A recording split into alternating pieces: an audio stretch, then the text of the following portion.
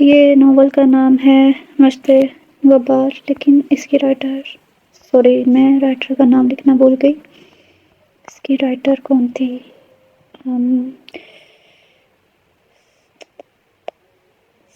Sorry, پتہ نہیں، writer کا نام میں بھول گئی ہوں. اس کی رائٹر کون تھی؟ سوری مجھے یاد نہیں آ رہا. لیکن آپ لوگوں کو یہ ناول کیسے لگا آپ لوگ ضرور بتائیے گا. لیکن مجھے ایک بات کی سمجھ نہیں آئی کہ وقار تو وہاں پہ مر گیا تھا نا، تو پھر اسے پھانسی کی سزا کیسے ہوئی؟ مطلب کیا وہ زندہ تھا یا وہ زخمی ہوا تھا؟ کیونکہ وہاں پہ اس نے کہا تھا کہ وہ اسے اپنے کیے کی سزا مل گئی اور گولی اس کو جا کے لگی اور وہ مر گیا. یا میں نے تو پتہ نہیں، شروع میں یہ لکھا تھا آگے یہ لکھا تھا. چلیں، اگر آپ لوگوں کو کچھ لگتا ہے تو ضرور بتائیے گا. ملتے ہیں کل نیو ناول کے ساتھ. تب تک کے لیے اپنا خیال رکھیں، خوش رہیں. اللہ حافظ.